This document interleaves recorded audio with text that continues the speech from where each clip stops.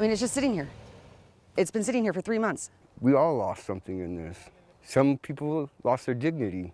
Other people lost their livelihood, you know? You know, it may be trash to some people, but it was ours. There's a system of trauma and a system of displacement that's happening in our community right now. When the Forest Service announced it was closing the Cabin Butte area near China Hat Road, homeless campers were told they'd have time to move and a chance to get their belongings back. So we were originally told that there was going to be a 90-day period that they were going to work with us to put it to quote it, in a compassionate way. Many say what's happened since feels more like abandonment. They've not returned any phone calls, even after leaving messages. I have a voice recording of me calling on May 16th. Never heard back. Not one phone call. The Forest Service declined a sit-down interview with us. Instead, we got a statement saying, in part, there was 4 months notification to allow individuals to remove their items and an additional 3 months after the closure was implemented to do so. The implementation of the closure was done with the support of service providers and conducted without issuing citations or making arrests. The people who lived here tell a different story. They're like the SWAT team or something like that sliding in all different directions just to hand you a piece of paper saying, hey, we're closing this area. You know, there's no need for AR-15s out here. They're not in the business of homelessness, right? And so they were put in a very difficult situation, right? By not having that expertise. The issue is with process. It's not the actual thing that happened, it's how it was dealt with.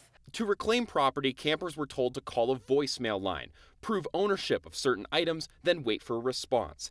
Emails obtained by Central Oregon Daily show the Forest Service refusing to return smaller belongings without that proof of ownership. If they can't provide this information that the Forest Service has decided that they needed to provide, they don't get it back. And to me, that seems really, really inhumane. I've heard people showing up here, having appointments with the Forest Service, and they not show up. It could easily be done in less than a week if they would just do it. And I just don't think they want to.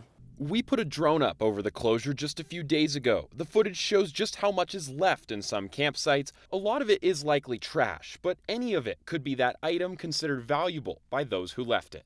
Mark Jenkins has lived in the China Hat area for 3 years. He says he called the Forest Service every single day and was eventually let into the closure area to get his truck. When they show up, you got 5 minutes. Well, most of us, we don't know, we're scampering, you know, just like it was for the move. They escort us back there, and they make us feel like we're really being a burden to them. Property not reclaimed within 90 days becomes federal property. That period ended August 1st, meaning much of what's left here may never be returned. I don't want it to be malicious. I don't want it to feel that way, but it does a little.